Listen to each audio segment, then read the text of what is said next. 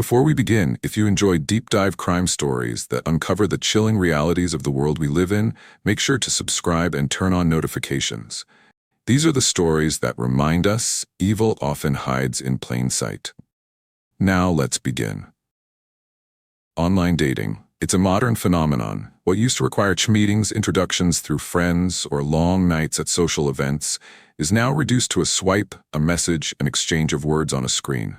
It's easy, convenient, and for the most part safe. Or at least, that's what we tell ourselves. But every once in a while, beneath the friendly conversations and the hopeful connections, something else lurks. A hidden danger, a masked threat, a wolf in sheep's clothing. And the terrifying truth? Most victims don't see it until it's far too late. George Levin was one of those victims. He was 63 years old, a man who had lived a full life but still believed there was more ahead. A man who had likely watched younger generations embrace the digital world and thought, why not? Why shouldn't he have a chance to meet someone new? Why should love and companionship be reserved only for the young?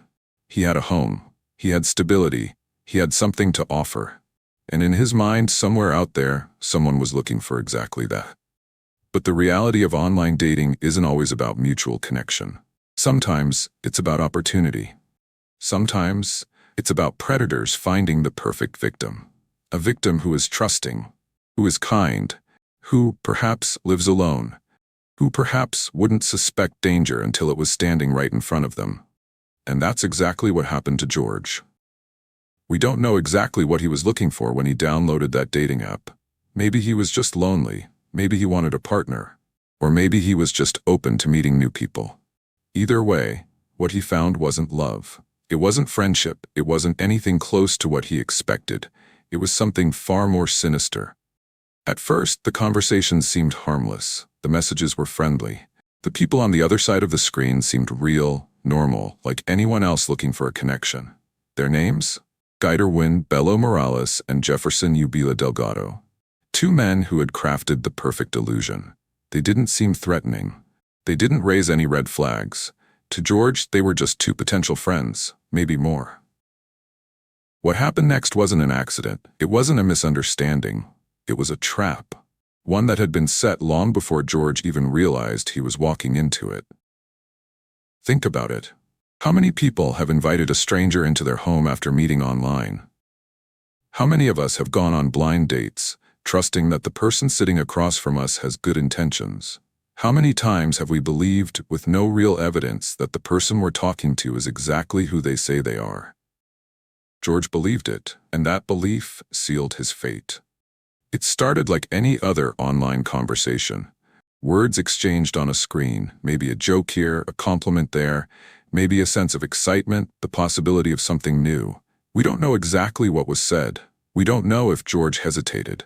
But we do know that eventually he agreed to meet them. He opened his door, he let them in, and in that moment, his fate was no longer in his hands. This wasn't an act of random violence. It was planned. And for the men who walked through George's door that night, it wasn't about friendship. It wasn't about connection. It was about something much darker. Something that would leave George beaten, bound, and silenced forever. What happened inside that house is still shrouded in horror, but one thing is certain: by the time George realized the truth, it was already too late. This is his story. A story of misplaced trust, a story of deception, a story of how the search for companionship became a deadly mistake.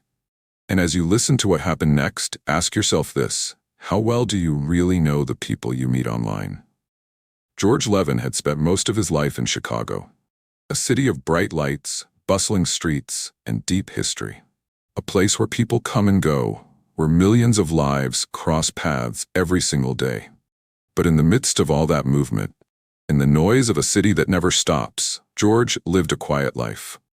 He wasn't a public figure. He wasn't a man surrounded by constant company. He was ordinary, like so many others, simply going about his days, making the most of the years he had left.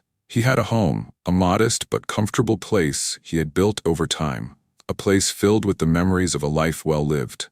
And yet, something was missing. Loneliness is a powerful thing. It creeps in slowly, quietly, until one day you wake up and realize that the days are longer than they used to be. The nights, even longer. The silence in your own home becomes deafening, and for George, perhaps that silence had become unbearable. We don't know exactly what went through his mind when he decided to try online dating. Maybe it was curiosity, maybe it was hope, or maybe it was just the simple desire to talk to someone who wasn't a voice on the television, someone who would actually listen and respond. A real connection, a conversation that mattered. And so, like millions of others before him, he made an account. He uploaded a picture. He typed out a short bio, something that reflected who he was, and then he waited. Waited for someone to notice him, waited for a message that would make the loneliness feel a little less heavy. And eventually, that message came. In the vast digital ocean of dating profiles, someone had reached out to him, not just one person, but two. Two men who seemed friendly, open, interested. Two men who would soon change the course of his life forever. Their names? Geiderwuin Bello and Jefferson Ubilla-Delgado. To George, they were just strangers at first, names on a screen, faces he had never seen in person. But to them, he was something else entirely. He was a target. We often hear warnings about online scams, financial fraud, and catfishing. We're told to be cautious, to never send money to people we've never met, to look out for red flags. But what if the danger isn't a scam? What if the real danger isn't about money at all? What if the person you're talking to isn't trying to deceive you for financial gain, but for something much, much worse? George had no way of knowing what was coming. He had no reason to suspect that these two men weren't who they said they were. They didn't ask for money. They didn't pressure him into anything. They simply talked. They built trust. They gave him what he was looking for: company, attention, the feeling that, even at 63 years old, he wasn't invisible. And so, little by little, message by message, the trap was set. The conversations led to plans. The plans led to an invitation. And just like that, with a few simple words, George sealed his fate. He didn't know that he had just invited death into his home. He didn't know that behind those friendly messages was something predatory, something ruthless, something that was about to take everything from him. What happened next would leave an entire city in shock. It would remind the world of a terrifying truth. Sometimes the greatest danger isn't the stranger lurking in a dark alley. Sometimes the real threat is the one we welcome inside. It always starts small: a message, a greeting, a conversation that seems normal, maybe even pleasant. It doesn't feel dangerous. It doesn't feel like the beginning of something sinister. But that's the trick, isn't it? The most dangerous predators don't attack right away. They wait, they study, they build trust before they strike. For George Levin, it began like any other conversation on a dating app. Maybe it started with a simple, "Hey, how's your night going?" Or maybe it was a compliment, a casual icebreaker designed to make him feel comfortable. Whatever it was, it worked. Because George responded, and that response set everything in motion. The two men on the other end of the conversation, Geiderwuin Bello and Jefferson Ubilla-Delgado, weren't just looking for casual talk. They weren't looking for love or friendship. They were looking for an opportunity, and they had just found one. At first, there was nothing alarming about their messages. They were friendly, engaging, and easy to talk to. They asked George questions about himself, made him feel heard. They laughed at his jokes, complimented him. To George, it may have felt refreshing, like he had finally found people who were genuinely interested in getting to know him. And that's exactly what they wanted him to feel. It's a psychological game, one that has been played for centuries by con men, manipulators, and criminals. They don't start with threats or demands. They start with charm, with warmth. They make you feel like you're in control, like you're the one making the decisions, but in reality, they're guiding you exactly where they want you to go. For days, maybe even weeks, the conversations continued. Late-night chats, long exchanges filled with jokes and personal stories. George might have even felt excited, hopeful. Maybe for the first time in a long time, he didn't feel so alone. But behind every word they typed, behind every friendly message, there was a plan forming. A plan that had nothing to do with companionship and everything to do with exploitation. Eventually, the conversations shifted. The messages became more direct. "We should meet up sometime. We'd love to come see you." Maybe George hesitated. Maybe he wasn't sure at first. But loneliness is persuasive, and trust, once built, is hard to break. So at some point, whether out of excitement or simple curiosity, George said yes. He invited them over. He opened the door. And that was the moment everything changed. He didn't know it, but he had just let in two men who had no intention of leaving him unharmed. Two men who had no interest in friendship, no desire for connection. Two men who saw him not as a person, but as a target, as a means to an end. Maybe at first, the meeting was normal. Maybe they walked in smiling, shaking his hand, thanking him for the invitation. Maybe they sat down, shared a drink, made conversation. But behind those smiles, behind those seemingly friendly faces, the plan was already set in motion. Because these men weren't here for a simple visit. They weren't here to enjoy George's company. They were here for something else entirely, something violent, something ruthless. And before the night was over, George Levin would come face to face with the horrifying truth. Predators don't always attack immediately. The most dangerous ones know how to wait. They know how to make their victims feel safe, how to mask their intentions behind smiles and friendly gestures. And for George Levin, that illusion of safety lasted just long enough for the trap to close around him. When Geiderwuin, Bello and Jefferson Ubilla-Delgado arrived at his home, there was no immediate sign of danger. No raised voices, no sudden movements, no threats. They didn't storm in wearing masks or brandishing weapons. No, that would have been too obvious, too risky. Instead, they were patient, calculated. They wanted George to believe that he was in control, that he had nothing to fear. Imagine the scene. A modest Chicago home, its lights glowing softly in the evening. Inside, a 63-year-old man sits in his living room, chatting with two guests he met online. Maybe there's laughter. Maybe there's small talk about the city, about life, about the things people discuss when they're getting to know each other. To an outsider, it would seem like a normal gathering, but just beneath the surface, something else was unfolding. Something far more sinister. At what point did George realize something was wrong? Was it a shift in their tone? A lingering look that felt too intense? Or was it something more obvious, like the moment they stopped pretending? Because eventually the masks came off. The conversation changed. The air in the room grew heavier, colder, and suddenly George wasn't hosting guests. He was trapped with predators. Maybe it started with a demand, one sharp, unexpected sentence that shattered the illusion of a friendly visit. Maybe it was the moment one of them locked the door behind him, cutting off any chance of escape. Or maybe it was even slower, more psychological, as George watched the warmth in their eyes disappear, replaced by something cold, something hungry. By then, it was too late. He was alone, outnumbered, vulnerable. And the men who had spent days, maybe even weeks, gaining his trust were now about to show him exactly why they were here. This wasn't an accident. It wasn't a robbery gone wrong. It was a carefully orchestrated attack. And for George Levin, a man who had simply wanted connection, it was the beginning of his worst nightmare. We don't know if he fought back. We don't know if he begged. But what we do know is that from that moment on, he was at their mercy, and they had none. There comes a moment in every crime where the perpetrators cross a line they can never step back from. A moment when the act is no longer just a thought, a plan, or a possibility, but an irreversible reality. For George Levin, that moment arrived in his own home, surrounded by the very people he had trusted enough to invite inside. What happened next was not a sudden burst of violence, but a deliberate act of control. Maybe it started with a shift in their posture, one standing up, pacing the room, the other watching him too closely. Maybe their voices dropped, their smiles faded, and the atmosphere changed from casual to suffocating. George must have felt it then, that unmistakable sensation in the pit of his stomach, the kind that tells you something is very, very wrong. Did he try to reason with them?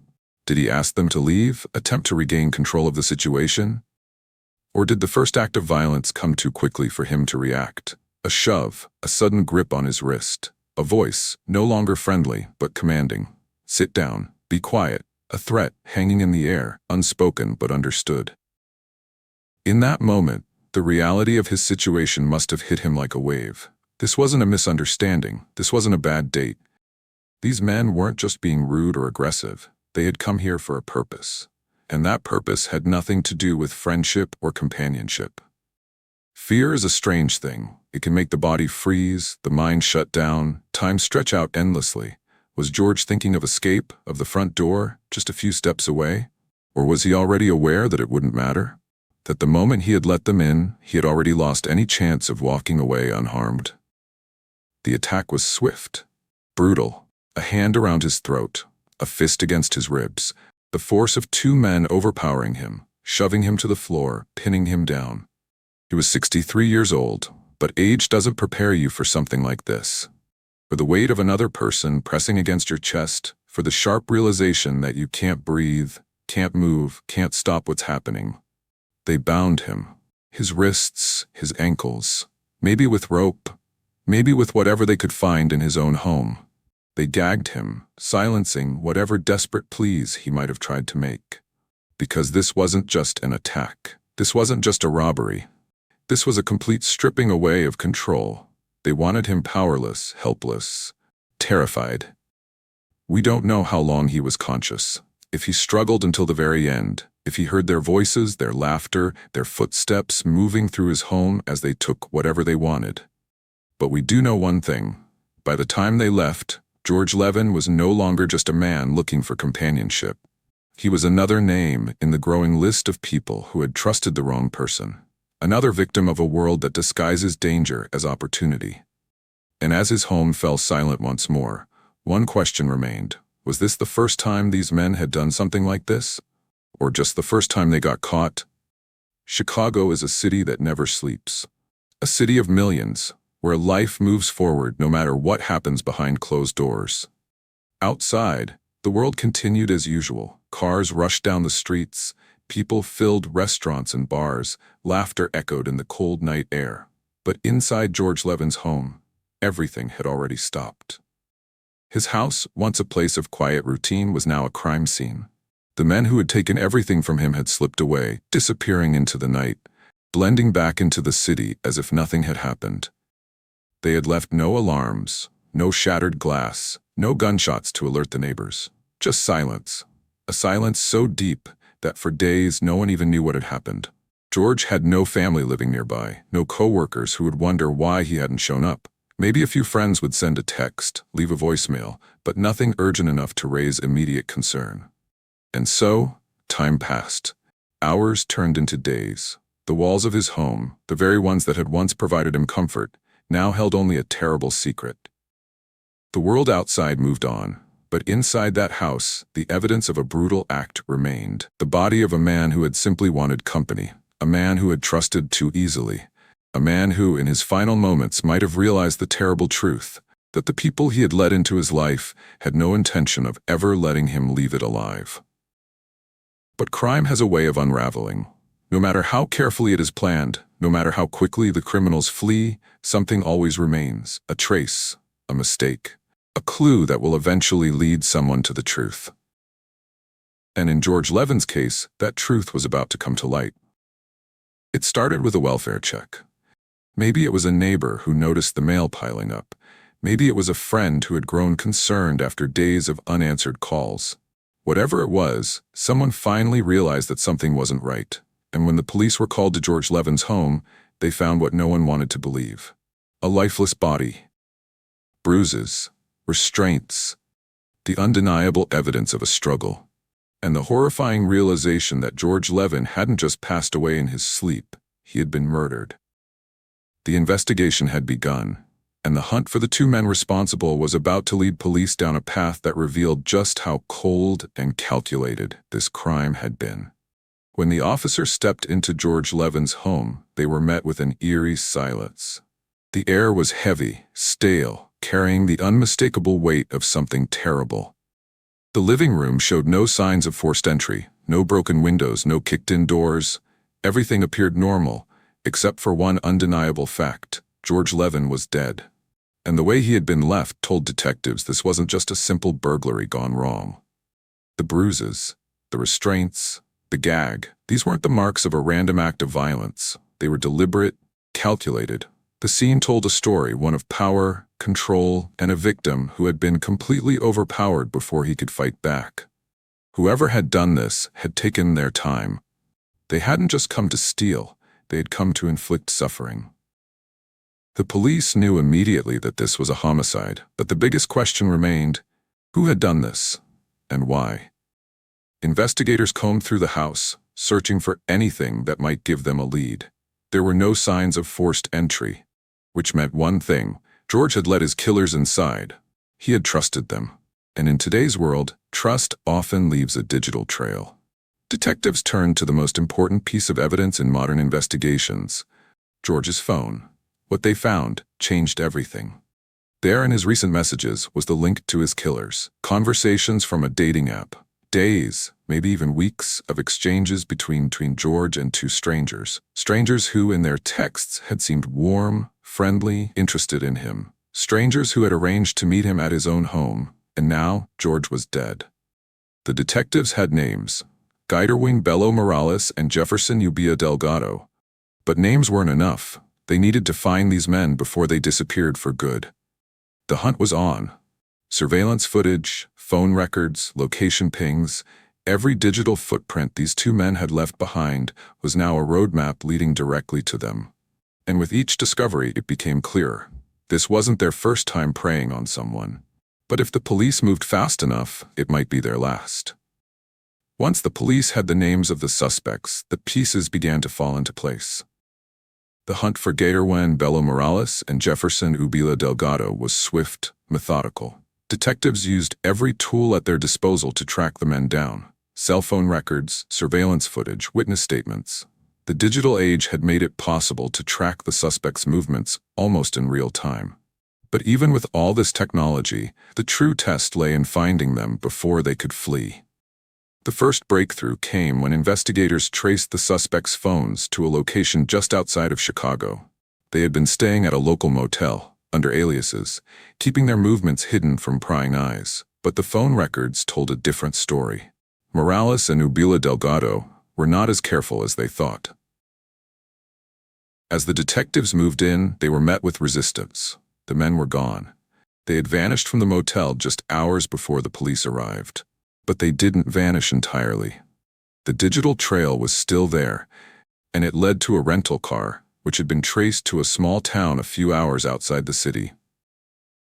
With time running out, the police closed in on the suspects.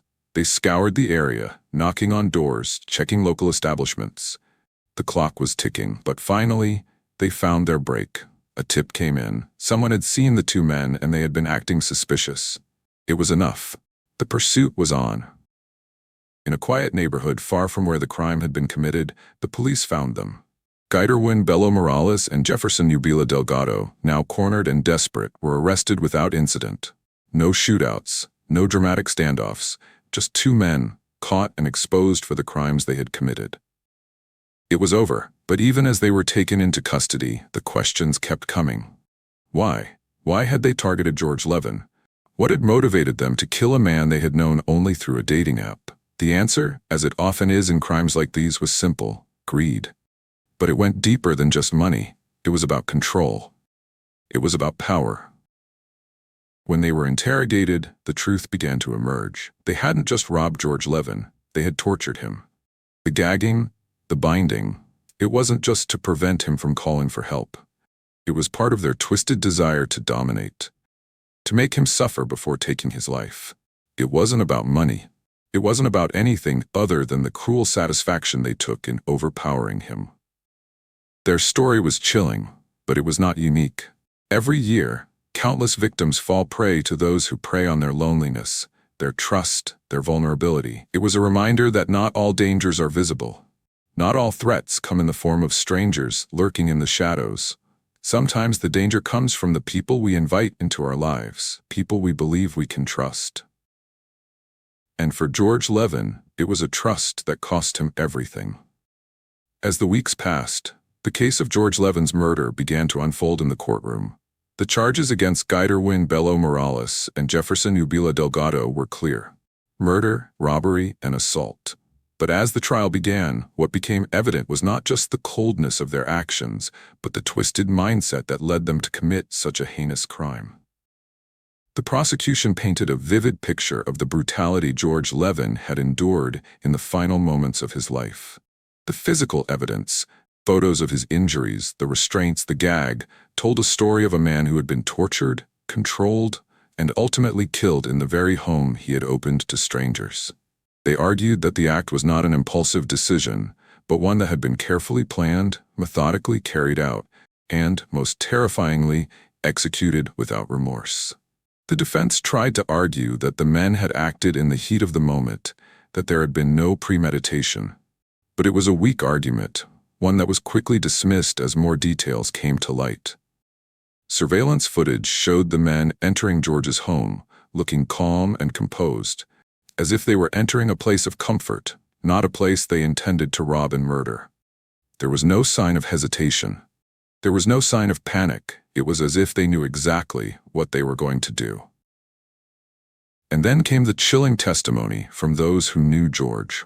Friends, neighbors, co-workers, people who had watched him struggle with loneliness, people who had seen his attempts to find companionship in the digital world.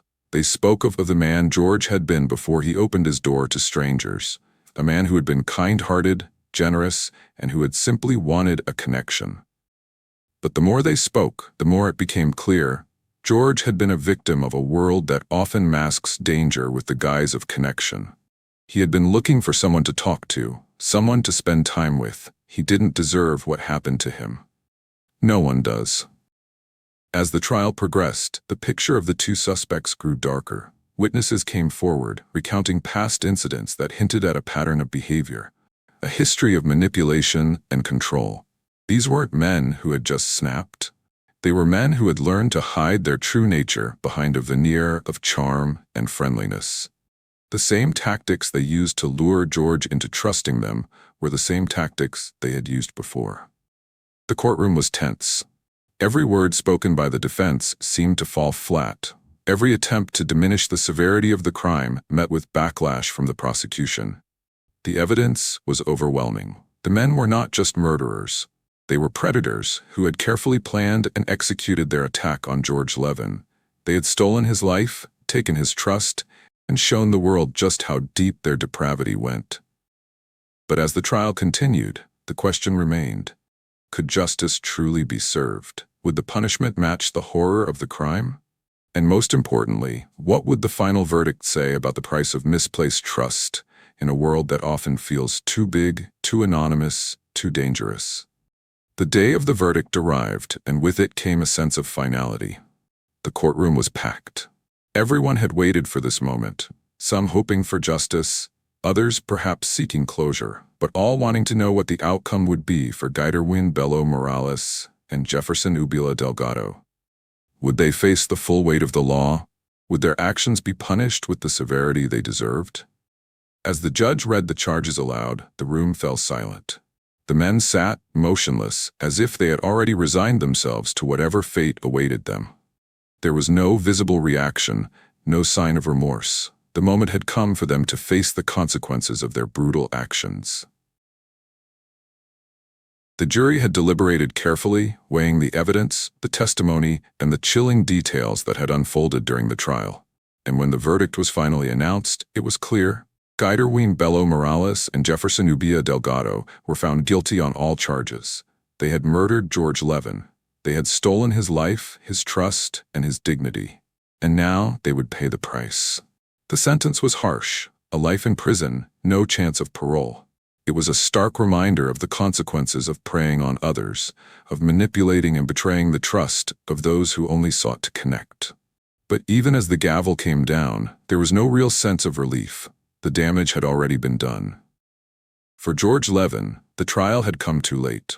No verdict, no sentence could bring him back. His family and friends were left to pick up the pieces of a life interrupted, a life taken too soon by two men who had never once shown an ounce of remorse for their actions. And yet, in the midst of this tragedy, there was still a glimmer of something important. The reminder that justice can be served, that even the most calculated acts of violence can be exposed, and that those who commit such crimes can face the consequences. This case also serves as a painful lesson for us all. We must be careful whom we trust, especially in an age where our connections can be made from the safety of a screen and where people can hide behind false facades. As you reflect on this story, ask yourself, how well do we truly know the people we meet? How safe are we in a world where anonymity allows danger to hide in plain sight? George Levin's tragic death is a reminder that we should always be cautious when opening ourselves to others, no matter how well they seem to fit the image we hope to see. If you want to hear more true crime stories, subscribe to our channel. Stay informed, stay vigilant, and never stop asking questions.